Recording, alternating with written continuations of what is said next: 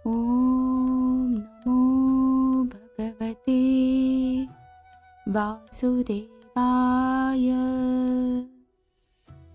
19वां अध्याय। महाराज पृथु के 100 अश्वमेध यज्ञ। श्री मैत्रेय जी कहते हैं, विदुर जी, महाराज मनु के ब्रह्मावर्त क्षेत्र में जहाँ सरस्वती नदी पूर्वमुखी होकर बहती है, राजा पृथु ने 100 अश्वमेध यज्ञों की दीक्षा ली। ये देखकर भगवान इंद्र को विचार हुआ कि इस प्रकार तो पृथु के कर्म मेरे कर्मों की अपेक्षा भी बढ़ जाएंगे।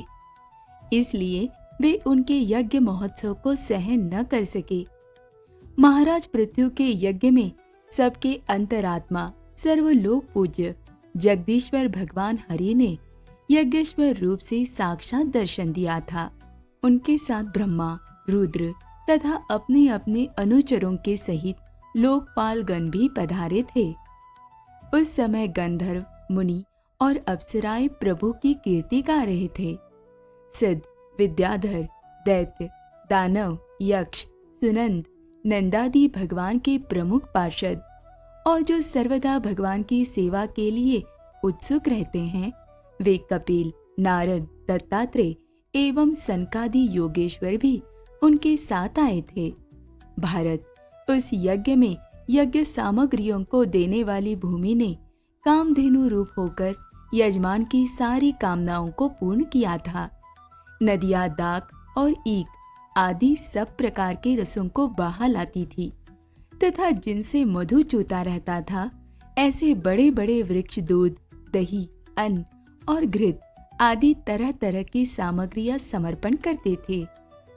समुद्र बहुत सी रत्न राशियां, पर्वत भक्ष, भोज्य, चोष्य और लेह्य, 4 प्रकार के अन्न तथा लोकपालों के सहित संपूर्ण लोक तरह तरह के उपहार उन्हें समर्पण करते थे।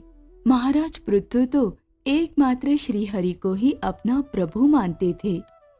उनकी कृपा से उस यज्ञानुष्ठान में उनका बड़ा उत्कर्ष हुआ, किंतु ये बात देवराज इंद्र को सहन न हुई और उन्होंने उसमें विघ्न डालने की भी चेष्टा की। जिस समय महाराज पृथु अंतिम यज्ञ द्वारा भगवान यज्ञपति की आराधना कर रहे थे, इंद्र ने ईर्ष्यावश गुप्त रूप से उनके यज्ञ का घोड़ा हर लिया। इंद्र ने अपनी रक्षा के लिए कवच रूप से पाखंड वेश धारण कर लिया था, जो अधर्म में धर्म का भ्रम उत्पन्न करने वाला है, जिसका आश्रय लेकर पापी पुरुष भी धर्मात्मा सा जान पड़ता है। इस वेश में वे घोड़े को लिए बड़ी शीघ्रता से आकाश मार्ग से जा रहे थे कि उन पर भगवान अत्रि की दृष्टि पड़ गई। उनके कहने से महाराज पृथु का महारथी पुत्र इंद्र को मारने के लिए उनके पीछे दौड़ा और बड़े क्रोध से बोला, अरे खड़ा रह, खड़ा रह। इंद्र सिर पर जटाजूट और शरीर में भस्म धारण किए हुए थे। उनका ऐसा वेश देखकर पृथु कुमार ने उन्हें मूर्तिमान धर्म समझा, इसलिए उन पर बाण नहीं छोड़ा। जब वह इंद्र पर वार किए बिना ही लौट आया, तब महर्षि अत्रि ने पुनः उसे इंद्र को मारने के लिए आज्ञा दी।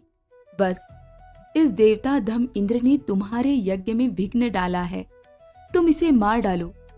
अत्रि मुनि के इस प्रकार उत्साहित करने पर पृथु कुमार क्रोध में भर गया। इंद्र बड़ी तेजी से आकाश में जा रहे थे। उनके पीछे वह इस प्रकार दौड़ा जैसे रावण के पीछे जटायु। स्वर्गपति इंद्र उसे पीछे आते देख उस वेश और घोड़े को छोड़कर वही अंतर्धान हो गए और वह वीर अपना यज्ञ पशु लेकर पिता की यज्ञशाला में लौट आया।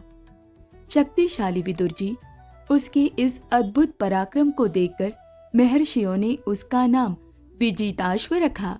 यज्ञ पशु को चशाल और यूप में बांध दिया गया था।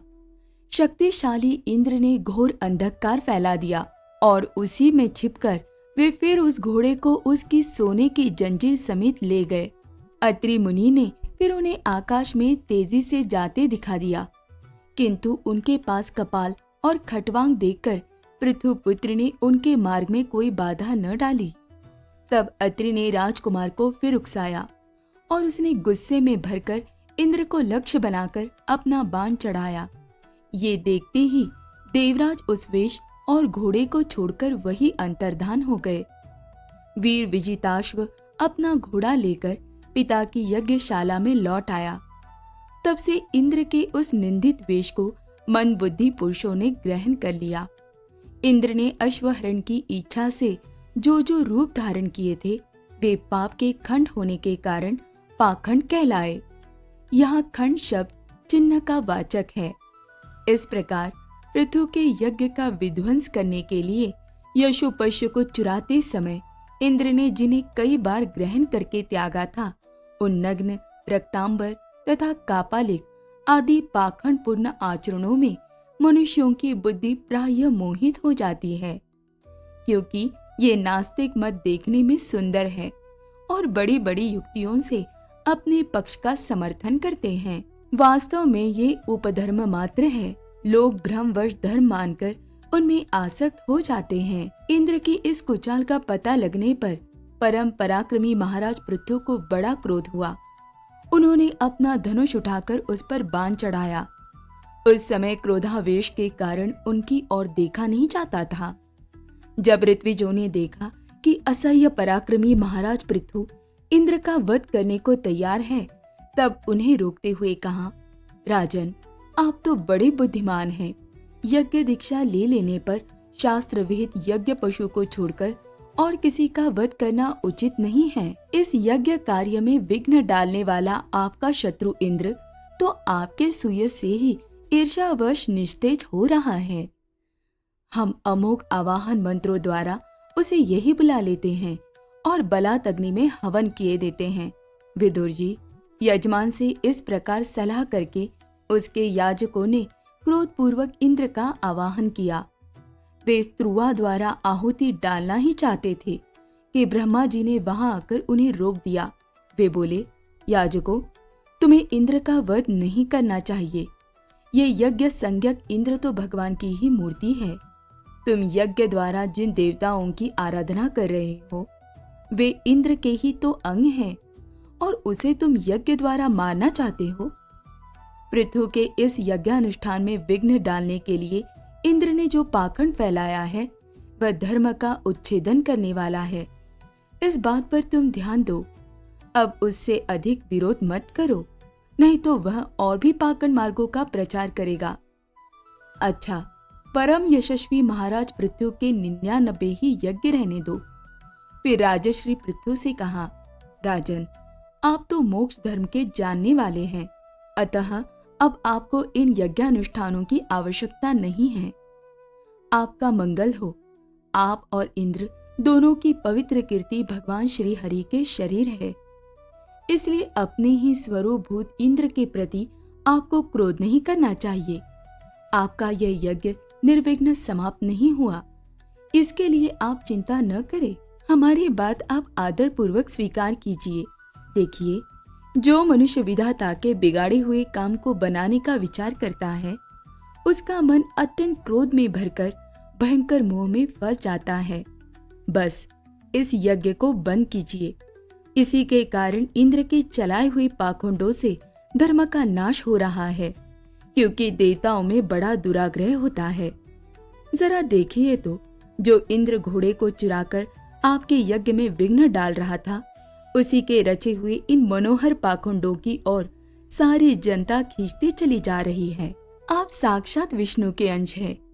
वेन के दुराचार से धर्म लुप्त हो रहा था। उस समयोचित धर्म की रक्षा के लिए ही आपने उसके शरीर से अवतार लिया है। अतः प्रजापालक पृथु जी, अपने इस अवतार का उद्देश्य विचार कर आप भृगु आदि विश्व रचयिता मुनीश्वरों का संकल्प पूर्ण कीजिए। ये प्रचंड पाखंड पत्रूप इंद्र की माया अधर्म की जननी है। आप इसे नष्ट कर डालिए। श्री मैत्रेय जी कहते हैं, लोक गुरु भगवान ब्रह्मा जी के इस प्रकार समझाने पर प्रबल पराक्रमी महाराज पृथु ने यज्ञ का आग्रह छोड़ दिया और इंद्र के साथ प्रीति पूर्वक संधि भी कर ली। इसके पश्चात अब वे यज्ञान स्नान करके निवृत्त हुए।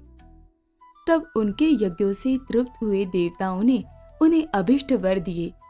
आदिराज पृथु ने अत्यंत श्रद्धा पूर्वक ब्राह्मणों को दक्षिणाएं दी।